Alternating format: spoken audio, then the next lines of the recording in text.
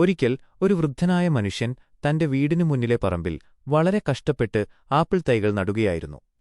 ആ വഴി വന്ന ഒരു യുവാവ് ഇത് കണ്ട് പരിഹാസത്തോടെ ചിരിച്ചു. അയാൾ ചോദിച്ചു, മുത്തശ്ശാ, നിങ്ങളെന്തിനാണ് ഈ പ്രായത്തിൽ ഇത്രയും കഷ്ടപ്പെടുന്നത്? ഈ മരങ്ങൾ വളർന്ന് ഫലം തരാൻ വർഷങ്ങളെടുക്കും. അപ്പോഴേക്കും നിങ്ങൾ ജീവിച്ചിരിക്കുമോ എന്നുപോലും നിശ്ചയമില്ല. ഇതിന്റെ ഗുണമനുഭവിക്കാൻ നിങ്ങൾക്ക് കഴിയില്ലല്ലോ.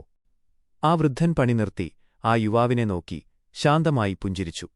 അദ്ദേഹം പറഞ്ഞു, മോനെ, ഞാനിന്ന് കഴിക്കുന്ന ആപ്പിളുകൾ ഞാൻ നട്ട മരത്തിലേതല്ല. എനിക്ക് മുൻപ് ആരോ നട്ട മരത്തിലെ പഴങ്ങളാണ് ഞാനിന്ന് ആസ്വദിക്കുന്നത്. അതുപോലെ എനിക്ക് ശേഷമുള്ളവർക്കു വേണ്ടി ഞാൻ ചിലത് ഇവിടെ ബാക്കിവെക്കണം.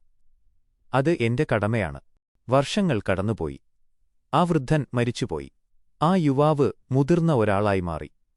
ഒരിക്കൽ വേനൽക്കാലത്ത് ദൂരയാത്ര കഴിഞ്ഞ് തളർന്നുവരികയായിരുന്നു അയാൾ. വിശപ്പും ദാഹവും കൊണ്ട് അയാൾ വല്ലാതെ കഷ്ടപ്പെട്ടു. ആ സമയം ആ പഴയ വീടിന്റെ മുന്നിലെത്തിയപ്പോൾ അവിടെ വലിയ ആപ്പിൾ മരങ്ങൾ നിൽക്കുന്നത് അയാൾ കണ്ടു. ആ മരങ്ങൾ തണലും മധുരമുള്ള പഴങ്ങളും കൊണ്ട് നിറഞ്ഞിരുന്നു. അയാൾ ആ മരത്തിന്റെ തണലിലിരുന്നു വയറുനിറയെ ആപ്പിൾ കഴിച്ചു. അപ്പോഴാണ് ആ പഴയ വൃദ്ധന്റെ വാക്കുകൾ അയാൾ ഓർമ്മിച്ചത്. ആ മരങ്ങൾ നട്ടത് ആ വൃദ്ധനായിരുന്നു. അദ്ദേഹത്തിനു വേണ്ടിയിട്ടല്ല, മറിച്ച് തന്നെപ്പോലെ വഴിപോക്കരായി വരുന്നവർക്കു വേണ്ടി. നന്മകൾ ചെയ്യുന്നത് എപ്പോഴും നമുക്ക് ലാഭം കിട്ടാൻ വേണ്ടിയാകരുത്. നാം ചെയ്യുന്ന നല്ല കാര്യങ്ങളുടെ ഗുണം ചിലപ്പോൾ നമ്മുടെ അടുത്ത തലമുറയ്ക്കായിരിക്കും ലഭിക്കുന്നത്.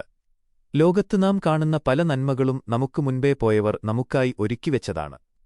അതുകൊണ്ട് നമുക്ക് ലഭിക്കാവുന്നതിനേക്കാൾ കൂടുതൽ നന്മകൾ ലോകത്തിന് നൽകാൻ ശ്രമിക്കുക.